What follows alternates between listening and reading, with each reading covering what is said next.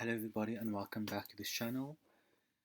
This is part 2 of covering an African thunderstorm, and in today's video we will be covering the exam questions to the poem. The first tip or the first comment that I would like to make is that oftentimes the students, it's not that they don't understand the content of the poem, it's just sometimes they struggle with relaying their ideas into their answers.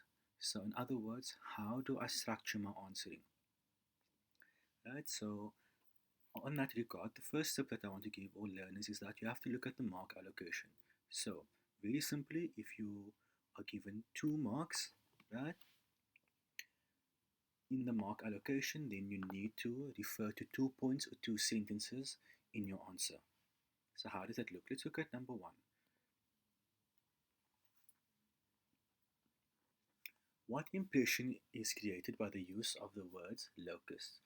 This means what idea is created, right? So when you read the word locust, what idea comes to mind? So for 2 points, give 2 different sentences. For 2 marks, sorry. So the term locust refers to pests or insects that invade the crops of farms and causes serious agricultural damage. In this context, the term locust creates a menacing impression, a menacing idea, right? As the reader realizes that the pests are going to invade the village. Number 2, discuss the effectiveness of comparing the approaching storm to a plague of locusts. Right? So, I would first say for the first mark, state what a plague of locusts is. Right? What is the comparison? And then the second mark, discuss the effectiveness. Now, the effectiveness means the appropriateness. Right? Does it fit? I always tell my learners, when you think of effectiveness, does it fit together? So, the speaker is comparing the darkness of the sky, right, the darkness of the clouds, to a plague of locusts. Does the two fit together? Is the image effective? Right? So, for example, if I always use this example, right? If you look at a box of cigarettes, and on the cigarettes it says, the box of cigarettes, there's a warning, and it says, um, smoking kills, right? But now there is a picture of a woman pregnant smoking. Now, is that warning sign effective? No, it's not effective. It does not fit together with the picture. Right? However, if you had to use a picture of black lungs on that cigarette box and there it says smoking kills, right? That is effective. That fits together. That is appropriate. So now let's apply it to the poetry, right? We're going to compare the two together. Is this an effective image, right? Let's look at it. So how do we answer? First thing we're going to say, what is happening in that line? Okay, what is the comparison? So, the storm is widespread and darkens the sky, and the speaker uses a simile to compare the image to a plague of locusts. Mark number 2, we need to discuss the effectiveness. Is it effective? So, the image is effective because a plague of locusts overwhelms the landscape and is an unstoppable force, right? So, that would be your 2 marks. Number 3, how does the term plague in line 6 contribute to your understanding of the poem? So, state what the term plague is. The second part is your understanding of the poem. Does this term fit into the overall understanding of the poem? Right? The poem is about the destructive nature of the storm. Right? That is the main idea of the poem. Does the word plague fit in? Now, of course it does. And how do we answer that? Mark number 1. A plague suggests that the approaching storm is uncontrollable, right, and it does not stop. Right? This, sorry, supposed to be this contributes. This contributes to the overall understanding of the poem as the destructive and dangerous.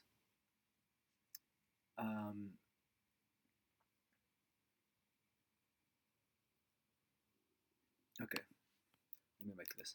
This contributes to the overall understanding of the poem as the destructiveness and danger of a disease is usually associated with a plague, right? So, when we think of plague, we think of disease, an infectious disease, and now this storm is infectious, right?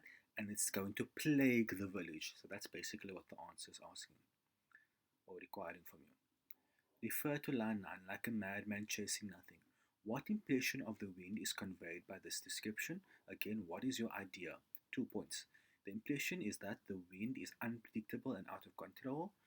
Furthermore, we know that the wind becomes dangerous and is bringing chaos and disruption to the village. Always give 2 points. You don't always have to define in your answer, but just explain. Give two different points for the 2 marks. Okay, we've gone over this quite intensively in the PowerPoint, right? In the line by line analysis. So, question number 5: account for the irregular lines, the line lengths. So, account for means explain. I'm going to put that in brackets there. Whenever you get a question that says account for, you as the candidate in the exam, you need to explain what is happening. So, why did the poet use irregular line lengths? Okay, so remember 2 points. The irregular line lengths in stanza 1 reveal the unpredictability of the wind, right? That's 1 mark. And the next part, we're going to speak about the short lines and the long lines. So the short lines convey the gusting and swirling action of the wind. It's quick, it's short, right? Whereas the longer lines focus on the long-lasting speed and destruction caused by the wind. Okay, why are there short lines? Why are there long lines in the poem? Irregular line lengths. Okay, pregnant clouds. What impression is created by the term pregnant? Okay, pregnant means that the clouds are heavy, round in shape, and full of rain. It also means that, for the second point, the clouds will release rain, which will be life giving. Remember, when you give birth, you are giving life, just as a pregnant woman brings life into the world after giving birth. Alright, number 7. Suggest how the word sinister contributes to the mood of the poem. The term sinister signifies that something is evil, frightening, and destructive, right? And contributes to the mood of the poem. Mood means how does the words make you feel, the mood, right? And this creates an oppressive, ominous, and foreboding mood. Or you can just write an ominous mood. It makes you feel, oh my word, something bad is going to happen in the village, right? Mood. Number 8. 3 marks, 3 points now. Discuss the effectiveness of the imagery in the context of the poem. Refer to lines 10 to 13. So what I'll do if I were you in the exam, guys, I would go back to my poem. I would go highlight lines 10 to 13 with my highlighter, or I'd make a circle, and I would read line 10 to 13. Right? Because they're not going to quote the whole one, all the lines in the exam question. Pregnant clouds ride stately on its back, gathering to perch on heels like dark, sinister wings. Okay, back to the question and answer. Now, discuss the effectiveness of the imagery in the context of the poem. So we are going to break up the image in line 10 to 13. There are different things that we're going to refer to. And in our last sentence, for sentence number 3, for our 3rd mark, we are going to say why this image is effective, why it corresponds, why it is appropriate within the context of the poem. Okay. The words ride stately suggest that the clouds use the wind to help them gather their forces like royalty would gather an army to wreak havoc on the enemy. Right? So the clouds are gathering and they're riding stately. The clouds are also described to be perched, suggesting that they are unstoppable and a hovering force menacing over the area. 3rd mark, 3rd sentence, effectiveness. Therefore, this image is effective because by comparing the clouds to a bird of prey, the reader is aware. sorry, it's a mistake, is aware of the ominous and threatening image that the storm will bring to the village. Whenever they refer to the context of the poem, you need to refer to the central idea. In this context, we know that the poem is referring to the destruction caused by the storm. So when it says context of the poem, always refer your answer to the destruction caused by the storm. Right? Question 9, 2 marks. Explain what these lines suggest about the relationship between the trees and wind. Relationship, 2 people involved, 2 marks, 2 points. So, on the one hand, we have the trees, and on the other hand, we have the wind. You must read the question properly. So, the trees are submissive because it allows the wind to pass over them. The tree is submissive. It bends over. It bows down. It is inferior to the wind, whereas the wind is seen as the dominant and powerful figure. Right? There's no equality in this relationship. Okay. Next line, guys. Suggest how the alliteration in lines 14 and 19, the wind whistles by, and in the din of the whirling wind, it's the W sound, is used to describe the wind. The repetition, okay. The use of the hard W sound conveys the strong and powerful sound of the wind as it speeds by. It's the W and the W. Wind whistles by. The sound is so strong and overpowering that it can be described as deafening.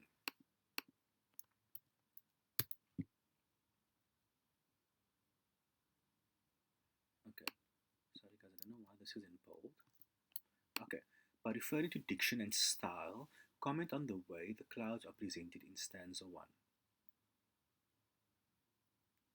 Okay, so there are 3, I would have said this was a 3-mark question, but nonetheless, so you need to say, refer to diction, refer to style, and then you need to say, how are the clouds presented in stanza 1 and 2? So you will go back to stanza 1 and 2, right? And you are going to use diction. Diction means words. So you're going to quote words from these 2 stanzas, 1 or 2 examples, right? And you're also going to look at style. Style means how is it written? What style did the poet use when writing stanza 1 and 2? So let's go back to our answer quickly. Sorry if I'm back and forth the whole time. Diction, okay? The fast and energetic nature of the wind-driven clouds is suggested by the words hurrying, turning, sharply, whirling, or tossing. Any one of those words, so you'd say the words hurrying, the term hurrying, in line, you say which line you got it from, it reveals the fast and energetic nature of the clouds. So, you are need to comment on how do the words, the diction in stanza 1 and 2, what does it reveal about the clouds? So, the short words use the one word, these words, hurrying, turning, sharply, swirling, tossing, reveals the fast and energetic nature of the clouds. Okay? There are other examples. You can also refer, there are a lot of negative words used. So we get plague of locust and sinister. That's the bad words, for the lack of a better term. The clouds are compared to a plague of locusts. Right? And what does this tell us about the clouds? Right? This tells us that the clouds are dark, right? And that the rain is going to be imminent. Right? The word sinister, however, so always comma, however, comma, is a warning that suggests that the clouds will bring harm and danger. So you see, so there you use, so you can quote the word sinister, and you'd say this word sinister tells us that the clouds are going to bring harm and danger to the village. Okay, but then there's also different words we can use. So we can use pregnant also to quote. Now remember, guys, you're not going to quote all of this. Only one for diction and one for style. Okay, pregnant suggests that the rain will grow and bring life. It will become larger, and stately indicates the slow movement expected and it also gives the grandeur, okay, grandeur, right, of the clouds.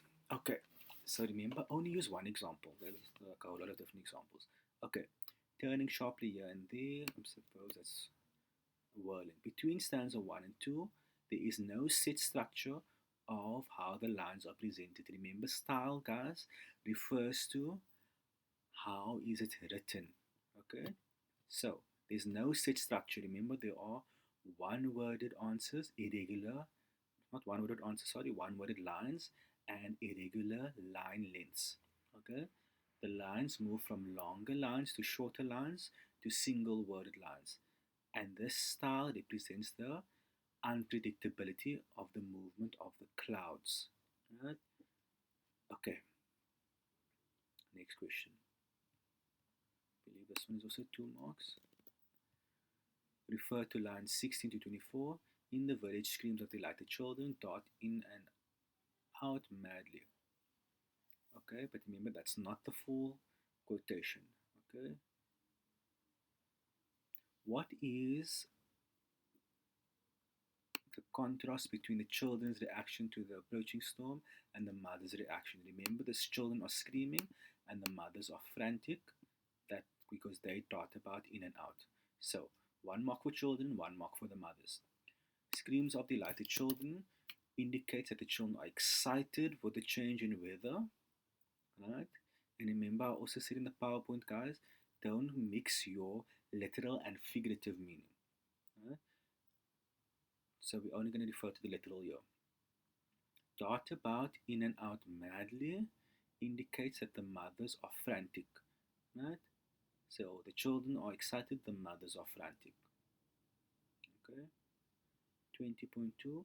Critically comment on how the structure of these lines conveys the speaker's attitude about the wind. Let's just go back to line 16 and 24. We're looking at structure. How is it written? So, how did the poet write these lines? So again, one-word lines, women madly. Longer lines, line 17 is long, line 21 is long, line 18 as well, is line 19, sorry, is long, and then line 16, 18, 22, and 23 are shorter. Okay, so one-word lines, shorter lines, longer lines. Why does the poet do that? Let's go back to 20.2, I believe is the question.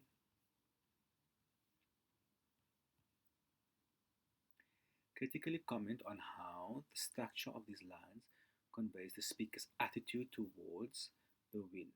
Okay, so we're first going to comment on the structure, and the last one, we're going to reveal the speaker's attitude. Attitude is the emotion, right? Okay, the lines 16 to 24 are written as short and abrupt lines, and it indicates that the wind is unexpectedly twists and turns. We could have also written there are one-worded lines, okay, short lines and longer lines. Then we can also refer to enjambment, which is the lines flowing into each other, no full stops, right? Run on lines, and this conveys the quick swirling and continuous movement of the wind.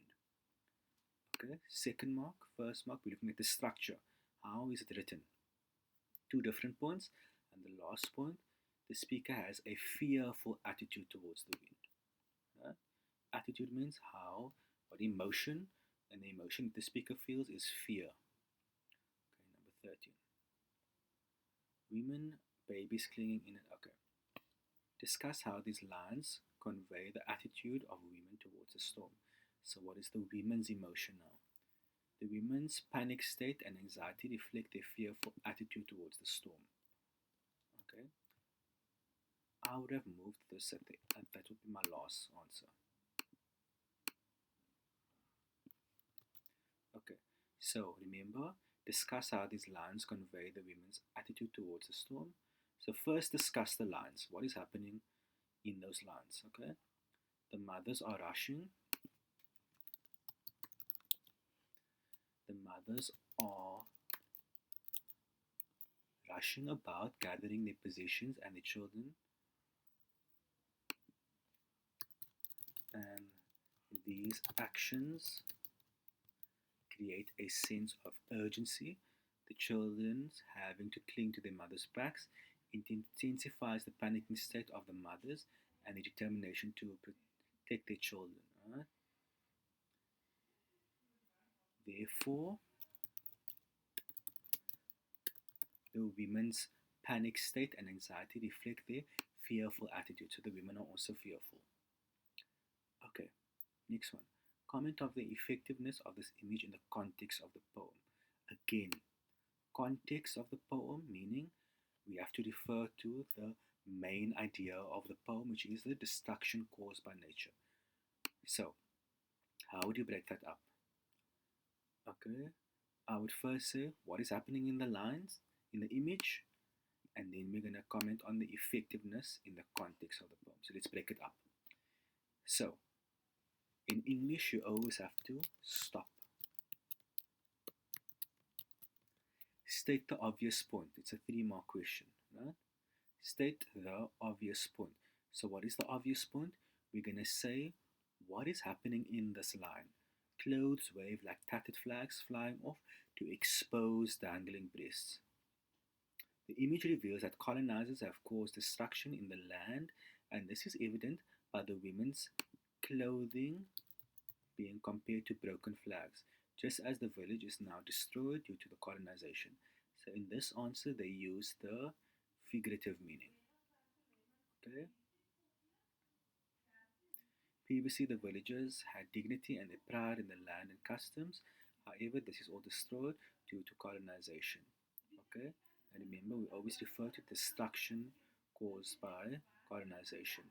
Therefore, the image is effective as the villagers' rights are violated, as they are experiencing that they are experiencing can be viewed by everyone as the women are exposed. Okay, the context of the poem. Remember, it's either or, right? Figurative or literal. Don't mix your answer between the two. Okay. Refer to lines 30 to 33 as jagged, blinding. Let me just go back to 30 to 33. Right? Guys, always do this like I'm doing, going back and forward in your exam. Don't try to answer out of memory. As jagged, blinding flashes rumble, tremble, and crack amidst the smell of fired smoke and the pelting march of the storm. Okay.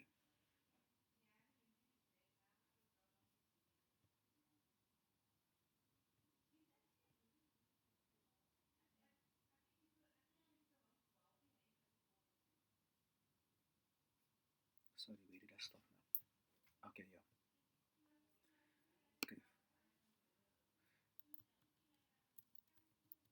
So we're going to comment on whether these lines are an appropriate conclusion, appropriate, effective, same thing. Throughout the poem, the speaker describes the build-up of the storm, and the reader anticipates the final eruption of the storm occurring.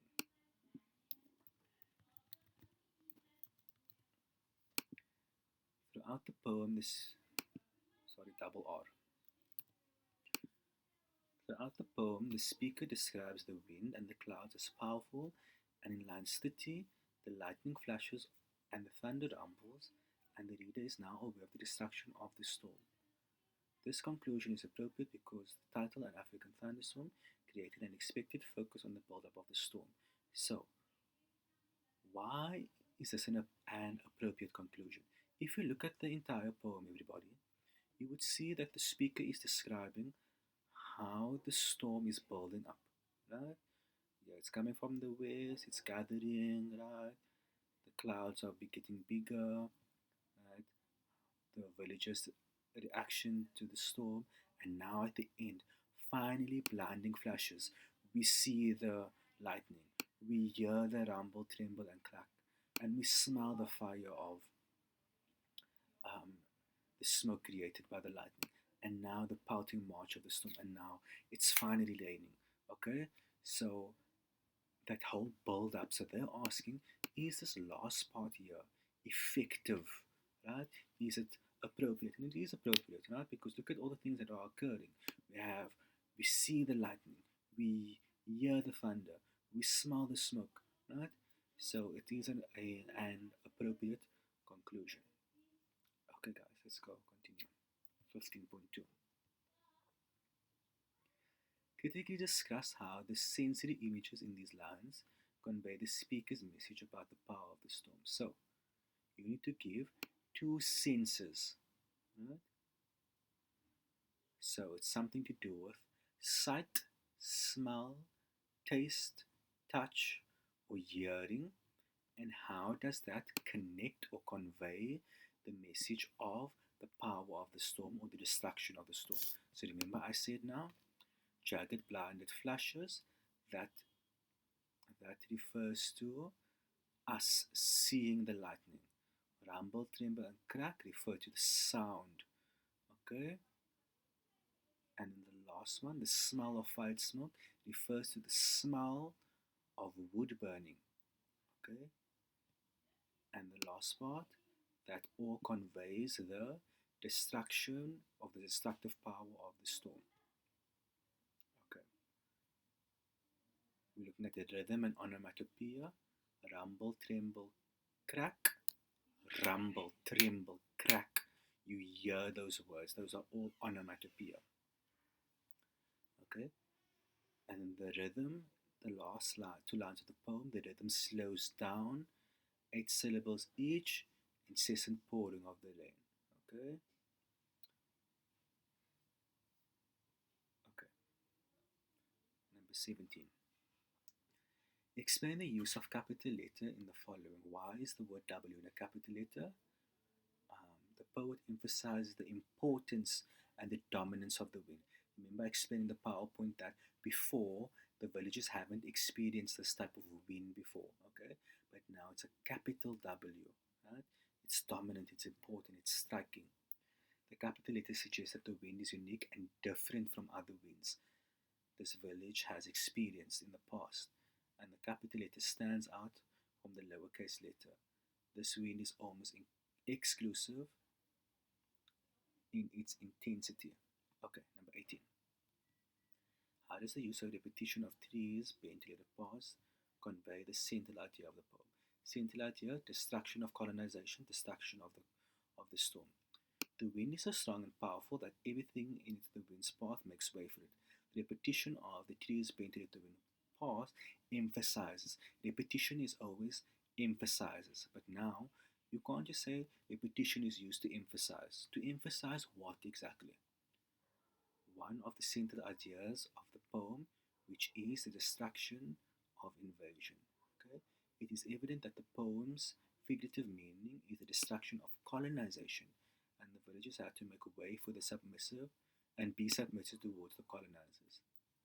Okay, so that's how it conveys into between the two. Critically discuss how the use of the short lines convey the effectiveness of the wind. So the effect of the wind, the short lines increase the pace and thus convey the chaos caused by the wind. The wind is unpredictable. Okay, so you will see the same questions are being repeated here, guys. Okay, I'm gonna wrap up now. Number 20.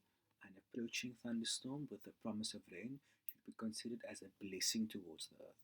So we know that rain is a blessing from God, right? So why would you agree with that statement in this poem?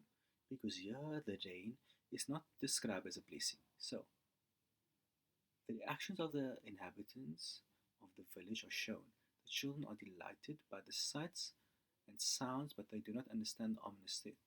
The mothers are in disarray. They are aware of destructive power by the storm, right? Okay, let me just check. This answer is quite confusing because let's look at this part. The mothers are in disarray. They are aware of the destructive power of the storm and the negative impact on the village. Okay, so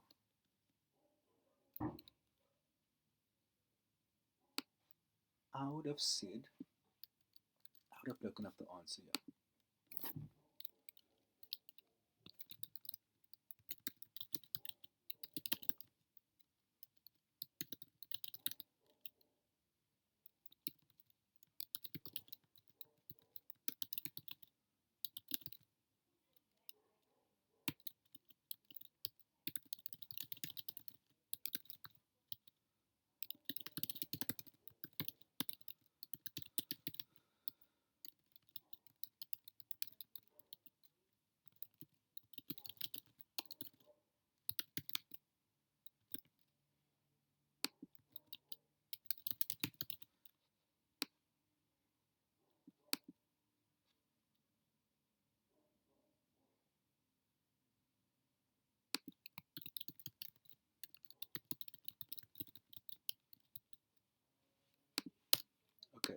So I'm going to disagree with this statement, okay?